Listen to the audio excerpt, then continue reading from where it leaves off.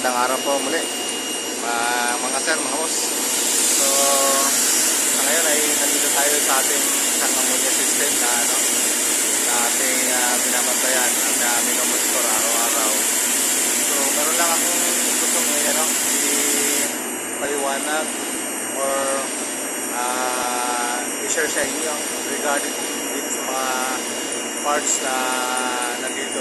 Ano ba yung kanilang function dito sa amin, kung paano sila nagtatrabaho, at paano ba yung kanyang ano yung relasyon niya sa ibang mga parts na nandito sa ating nandito sa ating unit. So ito, mapakita ko po sa inyo, ito yung side glass ng ating freezer ito.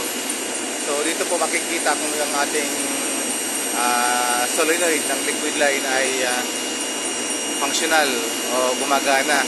So makikita niyo dito pag yung ating solenoid ay nagbubukas, makikita niyo dito yung level, kung hanggang saan yung level ng ating ammonia. So sa mga hindi pa masyadong familiar, mga boss, mga sir, ito pala ay ammonia system.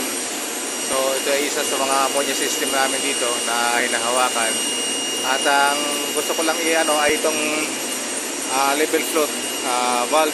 Ito yung ating level float valve. Ito yung level float natin. Ano ba yung trabaho ng ating level float? Ito, ang trabaho nito sa yung nagbibigay ng command doon sa ating solenoid para magbukas. So nakikita nyo tulad nito, nakayakap siya dito sa ating bar. So nakayakap siya dyan. So yung loob nito, mga boss, ay mayroong may bola. Pag tumaas po ito, yung bola doon sa sa loob, pag tumaas, yayakap po yan yung pinaka-sensor niya, mechanical sensor. Pag bumaba naman po, angat po siya.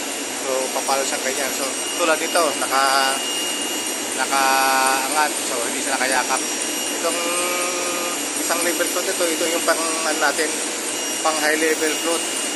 So dapat lagi siyang nakaganyan, nakaangat, kasi pag nakayakap yan, ibig sabihin masyado na mataas yung level ng ating ng ating ammonia. So ito yung normal level talaga. So madalas ito talaga yung naglalaro. So yan, nakayakap siya. Ibig sabihin pag nakayakap to, yung ating SB dito sa liquid line, ito yan, patay yan. So patay yung ating SB. Pag nakaangat naman siya, yung ating SB doon ay buhay.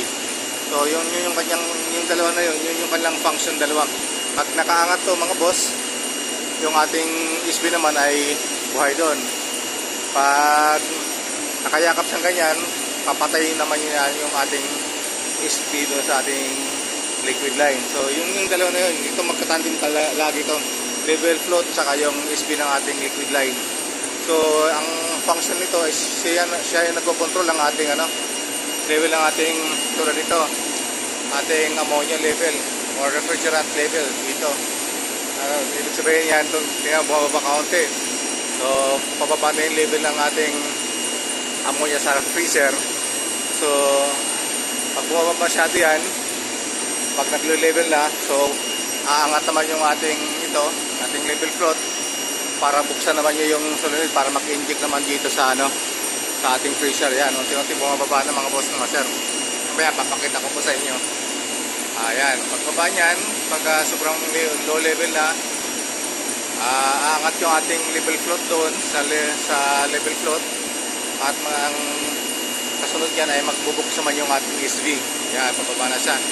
So yan ang kikita natin, mga sir, ay ammonia po yan. So liquid ammonia po yan nasa loob yan, side glass. So hindi po siya ordinaryong refrigerant, kundi ammonia po yan. So ganyan siya. So ito yung appearance ng ng ating ammonia. Tuloy yan, yan, mga boss, yan. Ang ating SB naman dito ay